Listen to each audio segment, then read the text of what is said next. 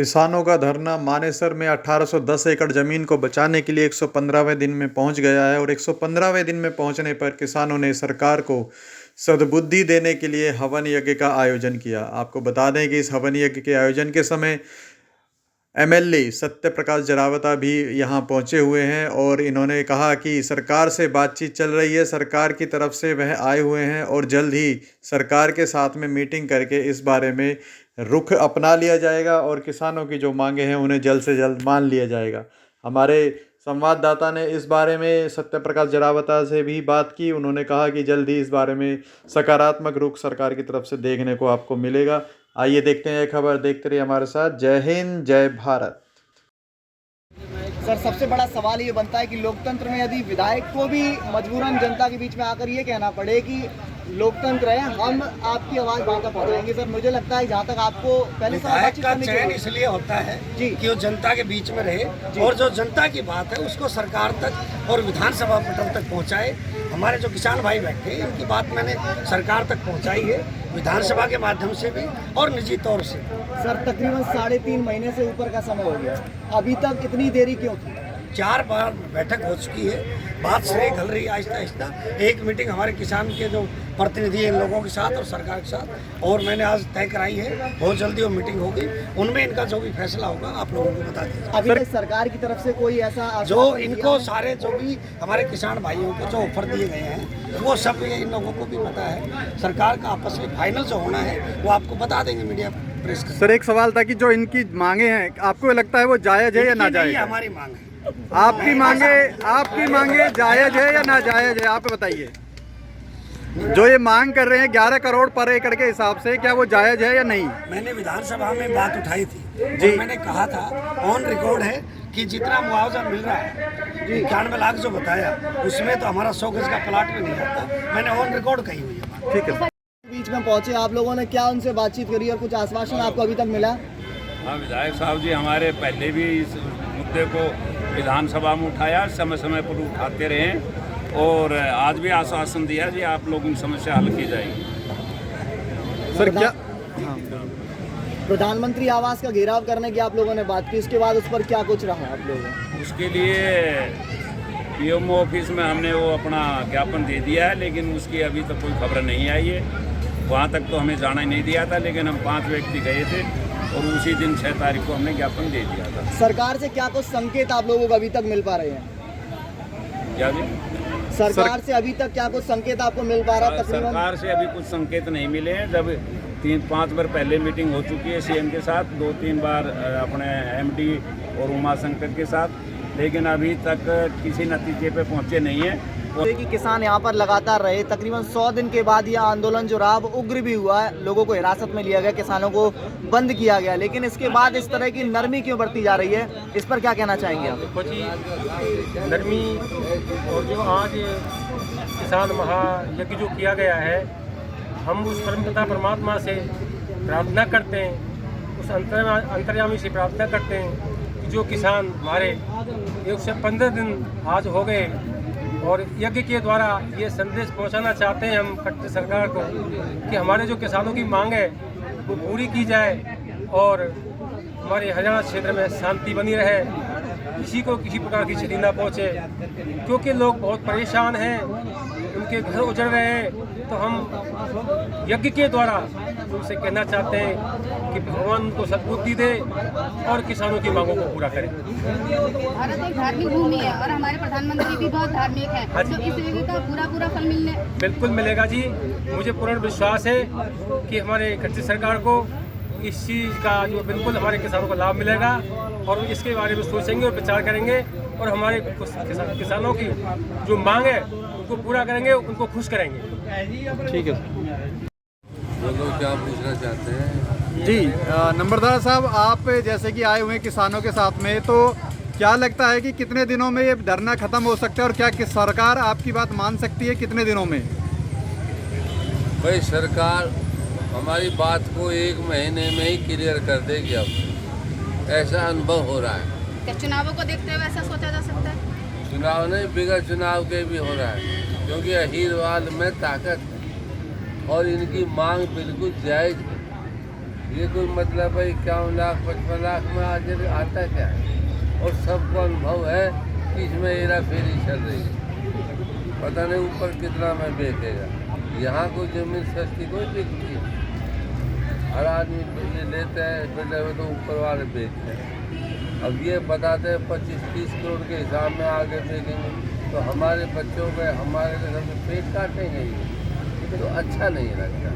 सरकार पर विश्वास केंद्र करके लोगों ने दोबारा बनाया, और दोबारा बनाने का ये रिजल्ट हम तो ये चाहते हैं भाई किसी तरह के भी मनोहर लाल खट्टर मुख्यमंत्री हमारे किसानों को खुश करें।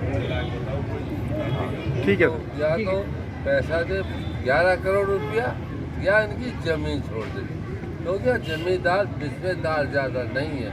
एक आध के पास ज़मीन ज़्यादा होगी, किसी के पास 2 किलो के 5 किलो के 10 किलो, ऐसे बैठे 30-30 किलो वाले दे दी, किसी को क्या होल्ड करनी। ठीक है सर। जो मैं राजेश कुमार, गांव मोकड़वास किसान। तो ये आज हमने यज्ञ किया है, हवन किया है, महायज्ञ किया है।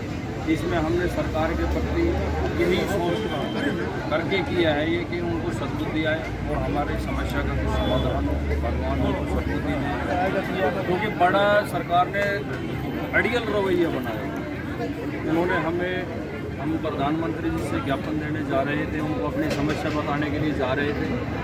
हमें 20 कदम दूर ही रोका गया, भारी पुलिस बल लगाया गया, हमें बसों में भर के 2-3 थानों में पुलिस लाइन में बंद किया गया। एक बार पहले भी बंद किया गया। सरकार अड़ियल रवैये पे फ्री में सरकार हमारी ज़मीन खरीदना चाहती है। कैसा मान सकते हैं कि सरकार के अड़ियल रवैये के पीछे ये वजह हो सकती है कि आप लोग अड़ियल रवैये ये है कि हमें 3.5 महीने हो चुके। 3.5 महीने होने के बाद भी हमारे बच्चे भी परेशान, हमारी औरतें भी यहाँ धरने में बैठी होती हैं, हम सभी किसान भाई भी यहाँ बैठे होते हैं। देखो हमारा रोटी रोज़गार तो जमींदारा करना होता है, ज़मीन अन्न पैदा करना, बाजरे की अब गेहूँ की फसल चल रही है, और हम बैठे यहाँ परेशान होकर, तो वहाँ फसल का भी नुकसान हो रहा है और हमारा सब तरह से नुकसान। अड़ियल रवैया ये है सरकार का। इन्होंने मानना चाहिए कि सस्ती ज़मीन क्यों ले रहे हैं। इतनी महंगी और कीमती ज़मीन है यहाँ की, कम से कम 15 से 20 करोड़ रुपए यहाँ की, जबकि सीएम साहब मान भी रहे हैं कि आपकी ज़मीन महंगी है और देने के लिए बोला 90 लाख। ये उनका दिमागी कुछ समझ में नहीं आया, इसलिए हम हवन कर रहे हैं कि उनकी बुद्धि कुछ काम करे और उनकी सद्बुद्धि बने। ठीक है सर, थैंक यू। आज क्या वजह है कि आप लोग यहाँ पर इकट्ठा हुई है काफ़ी संख्या में? आज हमारी जो ज़मीन का मसला है 1810 एकड़ का, उसके लिए हम 4 महीने हो गए धरने पे बैठे हैं।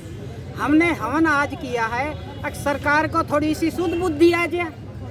क्यों आज तक तो सरकार ने हमारी सुध लई ना है, हमें सिर्फ 55 लाख रुपए दे रही है। तो हमने यही सोचा कि हम भगवान का नाम लेकर यज्ञ करेंगे, हवन करेंगे, तो शायद उन मंत्रों का असर और सरकार की थोड़ी मनसा साफ सुथरी हो जाए, जिससे हम गरीबों का, जमींदारों की सुध ले ले। सिर्फ 2 ही प्रार्थना है हमारी सरकार तय, सरकार या तो हमारी ज़मीन न छोड़ दे।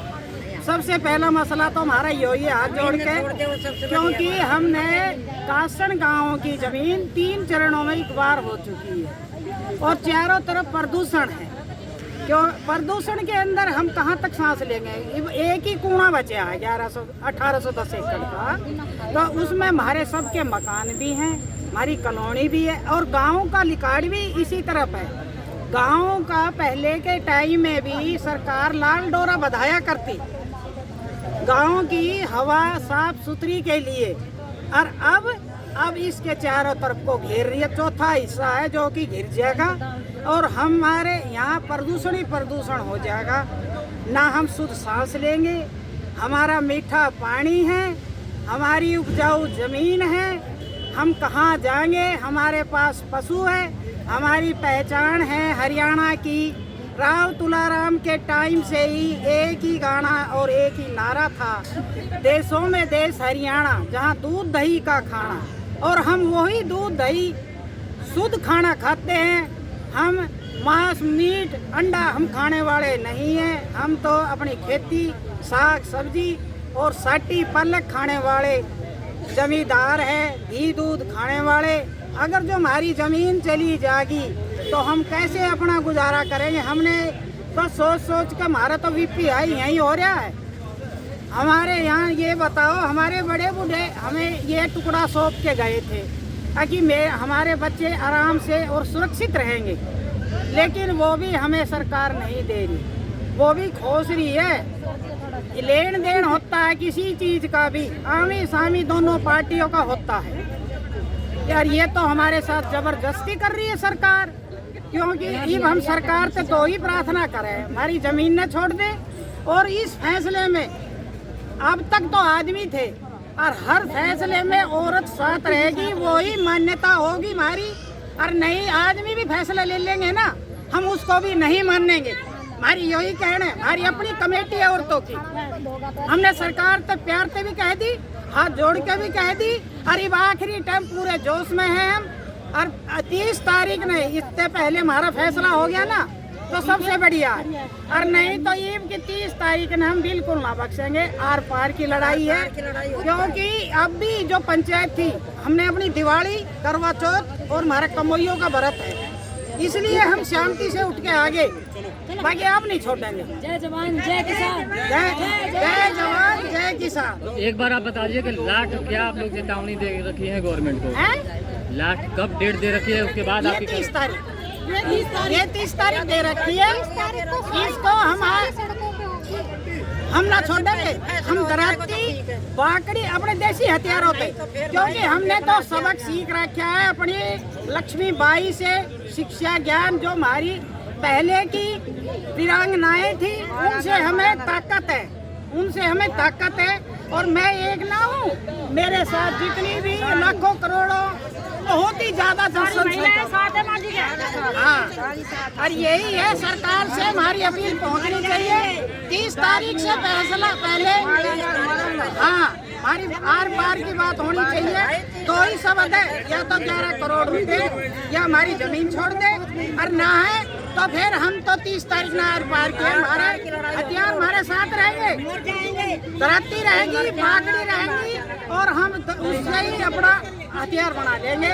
और ये पुलिस वाले हैं ना, इनने भी देख लेंगे, फिर हम चाहे कहीं भी लगो, कोई भी कटो, कोई भी मरो, सिर्फ हम शांति में इसलिए थे क्यों हमारे खून में हाथ रंगना चाह रही है सरकार।